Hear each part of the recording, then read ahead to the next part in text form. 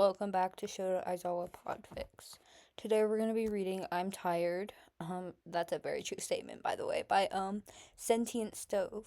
Sentient underscore stove. God, I'm sick as fuck. This is read by, if it's not obvious, Shota Aizawa. Let's get started. Oh, and this fic is roughly 2,000 words long, and it's a one-shot, so let's go. Here's a summary. I'm tired, Midoriya says softly, and Shota reaches out to carefully ruffle the teen's curls. I know, is all he can say back, sadly. 3 times Izuku is tired, 1 time he gets to rest, and 1 time he tells his teacher to do the same. The first time that Izuku tells him, it's random, almost unexpected because the teen has a smile on his face when he says it, standing in front of his desk. I'm tired. Shota can't help but raise an eyebrow at the words. Then go back to the dorms and take the rest of the day off. Izuku doesn't move. I'm tired. Shota gestures for the student to sit. What kind of tired, Izuku? There's more than one kind. Izuku sits on top of his desk, and they stare at each other. Shota behind his desk, and Izuku a few feet away, head tilted slightly to the left. This kid is going to be the death of him, Shota swears. How the hell does a child not know that you can be more than one type of tired? Emotionally, physically, mentally, quirk-wise, there's plenty of ways you can be tired. Shota threads his hands together and leans forward. Any of those ring a bell? Emotionally, maybe. What does that feel like? It's different for everyone. I usually feel more drained and apathetic to what's around me. Izuku laughed and shook his head. You're always like that, Aizawa-sensei. Kid, Shota sighs, but he lets a small smile cross his face as Izuku finishes his laughing, dying down into a more serious expression. You know we have a counseling office and you can't talk to them or me anytime about emotional regulation. Okay. Can I go there now? I was serious about you taking the day off. Shota pulls out a hall pass and scrawls an excused absence onto it before standing and walking over to Izuku, holding it out. Take as long as you need to. Okay, problem child? Izuku takes the note and gets off of the desk, staring down at it with a small smile.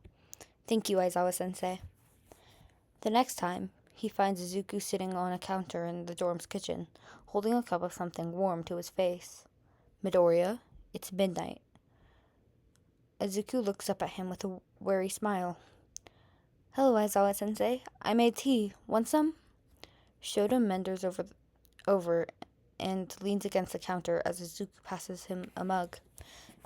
The tea, some dark purple color. It's berry, is all that Izuku says in explanation before he's offering sugar that Shota takes his head at. They stay like that in silence for a few minutes, Shota mentally evaluating his student. The minutes, Shota mentally... They stay like that in silence for a few minutes, Shota mentally evaluating his student. The dark eye bags that Izuku has, how he seems to hold himself in a more defensive curl, like he's expecting to be attacked at any moment. Are you okay, Midoriya? Izuku gives a breathy laugh and just takes another sip of his drink. Define okay, sensei. I'm not sure I can, Shota says thoughtfully as he stares at his tea for a moment before looking at Izuku. I think only you know how to define your okay threshold. Izuku nods. I'm tired. I know, Shota says sadly. Izuku has too much on him, and he's breaking down in a way that only the teachers have noticed, and the teachers' lines has slowly shifted from gossip to how they can help the others that are starting to fracture like the second year. When I'm done with this, can you carry me to my room? I don't think I can walk right now. Sure. Izuku is done a few minutes later, and he carefully sets his mug on the counter next to him, as Shota places his half-full mug down and scoops the student into his arms. Izuku's come to wrap around Shota's neck, and he leans his head into Shota's shoulder. Thank you. Of course. The last time Izuku says it to him, the last time is the worst. His students are second years. They don't deserve to feel like this. So hopelessly tired and broken down. There was a villain attack on a small mall trip. A Nomu released and the class helped with evacuation. Izuku had stood up alone against the hulking beast, lightning sparkling around him. Shota doesn't know what happened between the start of the fight and the end. He hadn't been the teacher to go chaperone. But the second he heard there was a battle, he had raced over, ignoring traffic laws to get to his kids. Everyone was accounted for, except Izuku. Shota ran in. The mall was practically demolished on the inside. But the Nomu had fallen and wasn't moving, even as Izuku ran around to see Izuku sitting, leaning against one of the concrete mall maps. Problem child? Shota knelt next to Izuku and felt for a pulse, faint, but there. Hey, sensei. Izuku gave him a smile, teeth stained with blood. His nose was bleeding as well, and Shota could see familiar purple bruising on his arms and legs. Too many broken bones. He must have had to go all out on his quirk to survive this. Oh, you really put yourself through it, huh? Shota says softly, as he brushed back curls from Izuku's face. I'm tired, sensei. I know. Can I rest? Izuku looked at him, eyes filled with tears. Can I be done now? Shota carefully gathered up Izuku in his arms, leaning the teen against him. Izuku sighed softly and relaxed, one of his hands moving up to his hair and pulling out a strand. What are you doing, Midoriya? Eat this. Ask questions later, sensei, Izuku whispered softly. Later. Shota took the hair. When that was done, Izuku's eyes slid shut and he became even more boneless, completely limp against his teacher, barely breathing. Make it yours, okay? You're a good choice. I don't know what you mean, but thank you, Izuku. Shota rocked his student gently. You're going to be okay. I'm tired, Izuku repeated. I'm so tired, sensei. I just want to rest now. His voice cracked, and a few bloody tears slipped out. Can I rest now? Please? Shota felt a few tears slide down on his face. Yeah, Izuku, you can rest now. Take care of them for me, Izuku says hoarsely. His eyes open, and a hand comes up to brush at the scar under Shota's eye from USJ. Take care of my family. Of course. Thank you. Thank you, Dad. Izuku stops breathing. He's smiling when he does. Small, but it's still a Midoriya smile. Genuine, and the student is finally at rest.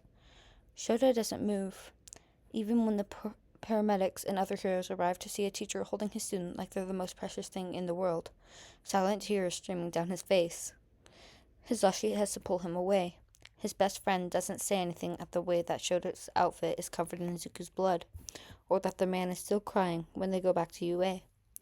I need to talk to All Might, Shota finally says, when he's changed, bloody clothes wrapped in a bag, and the tears have sort of stopped. Kami, he can't remember the last time he cried this much. All Might. He had a weird relationship with Midoriya, and I have questions, one that have to be answered, today. Shota fidgets with his capture weapon. I'll be back later.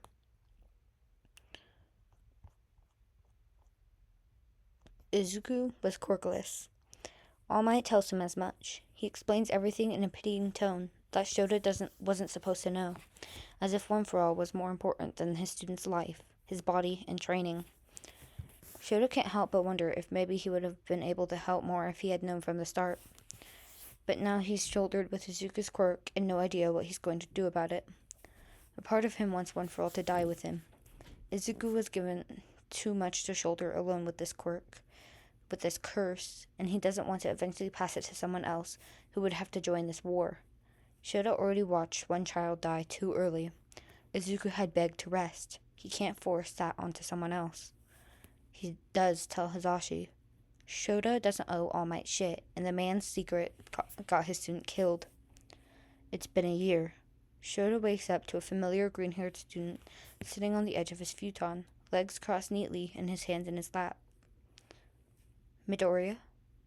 10th, Shota, Izuku says calmly, voice layered with something else, something ancient. You're alive? Shota can feel tears prickling at his eyes, and he wipes his face in an attempt to smother it. No. Izuku smiles, a melancholy.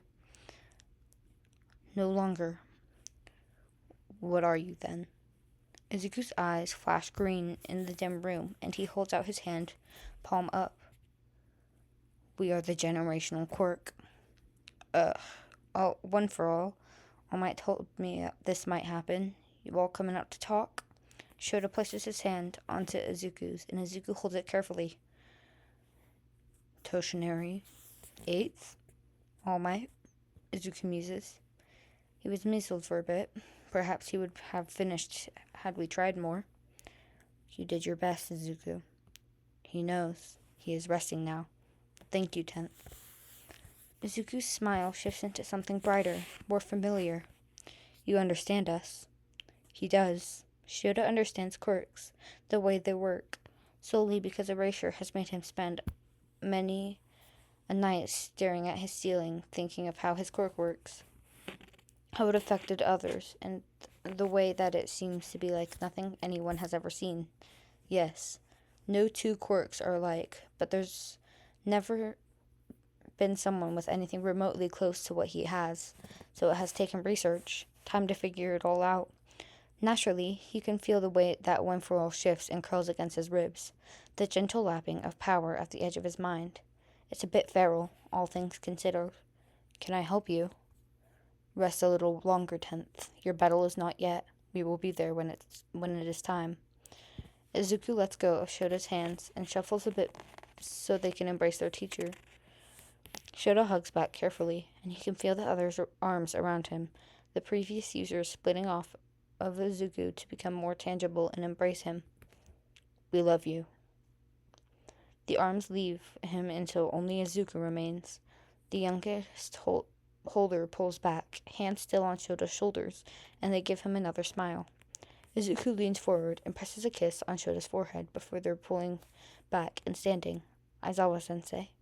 Izuku bows. Then he is gone, again. The room is empty, and Shota cries. Alright, everyone, that is the end of I'm Tired by Sentient Stove. Yeah, there's no camera on me, so you can't see that I'm crying, and I'm definitely not. But anyways, that is the end of I'm Tired. This was a really good one, I think. It's pretty short, but still, the short ones are always really good. Have a fantastic day, and make sure to drink your coffee.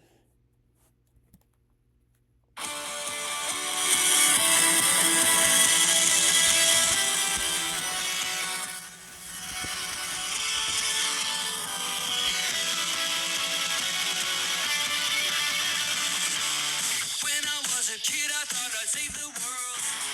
Running around and chasing all the criminals. Swinging on a web, flying in the sky. Shooting lasers from my eyes. But now I know it never was my destiny. It's not my place in life, not who I'm meant to be. And I don't need the glory, I don't need the fame. And I don't wanna wear this cape. 'Cause on the inside, I know it won't last. On the inside, I'm an outcast. Well, everybody needs a hero, but I'm not everybody else. I walk alone. Yeah, I walk alone. Yeah, I walk alone. Oh, yeah. You know I try to be a hero, but I was lying to myself. I walk alone. Yeah, I walk alone. Yeah, I walk alone. They build you up and then they gonna tear you down. They love you, then they hate you if you wear a crown. It's not that I don't love to solve a mystery, but life is hard enough with one night day. If silence is the voice of the new generation, then I could live